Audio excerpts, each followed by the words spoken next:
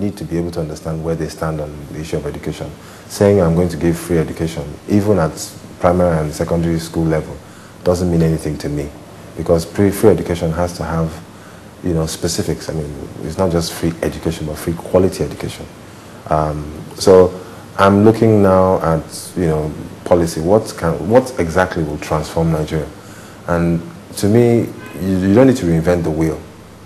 What you need to do is see where it's worked.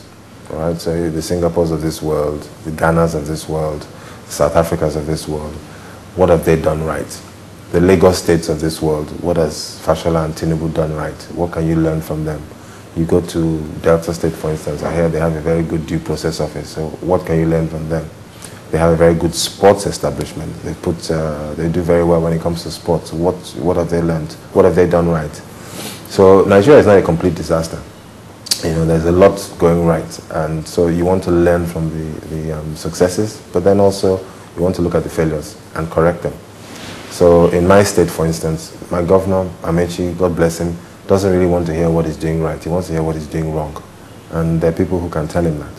So I'm more focused not on attaining position, but on what position should actually end up doing for the people, and that's where I'm sort of investing my time and my energy right now.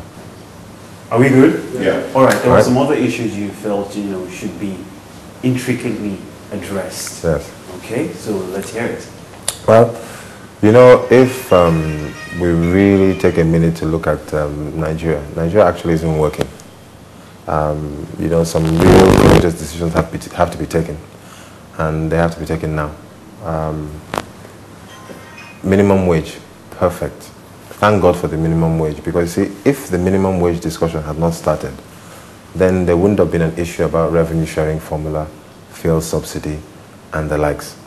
Now it's an issue, so it has to be addressed. I mean, Rivers State, for instance, can pay the minimum wage, okay? But the governor is the chairman of the Governors Forum. So if he pays the minimum wage, he's telling his other governors that this is what you have to do. And the truth of the matter, rightly or wrongly, is that some states can't afford to pay it. They don't have the money. And the reason they don't have the money is because they're not getting enough money. So the issue of revenue sharing formula comes into play. Should the federal government take 52% of the revenue? If they do, then the states can't pay. So revenue sharing now becomes a topic for discussion. Then while you're having that discussion, you might as well have a discussion on fuel subsidy, where say 500 billion naira is kept aside just for a few people. Isn't it practical? The answer is no. Then you start to ask yourself, how come the refineries are not working? Why do we have to keep on importing petroleum products? So like I said, the minimum wage has now brought that discussion firmly on the table. And unless we resolve it, and we resolve it quickly, we're going to have problems in this country. Now you have a National Assembly that is taking so much money. I was having a discussion earlier on today. CBN, the budget for CBN is 340 billion naira a year. That's a lot. Yeah. So we have a country that isn't working. A lot of the money is going to the hands of a few people, and then the majority don't have good light. We've been here, in the course of this interview, we've had interruptions of power. There you go. They don't have good roads. There's no transport system. You know, people in Lagos, especially here where we are, they pay fortunes to take public transport. Okay? Where in Abuja or Port Harcourt, 200-300 naira can get you around. You can't try that here in Lagos.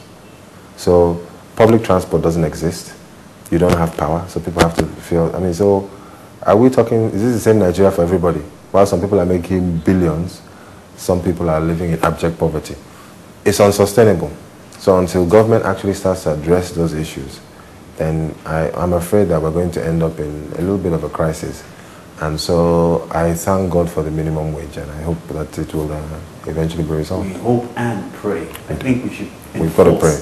Enforce. In fact, we've got to pray and then hope. And hope. Prayer first. I think we've been hoping for decades. Yeah, we have. Nothing has happened. So I think we have to turn to some spiritual means to really enforce that force behind it. I'm telling you, because if we don't, I'm afraid to say that Labour will go on strike, and they would be right to, and many people would support them.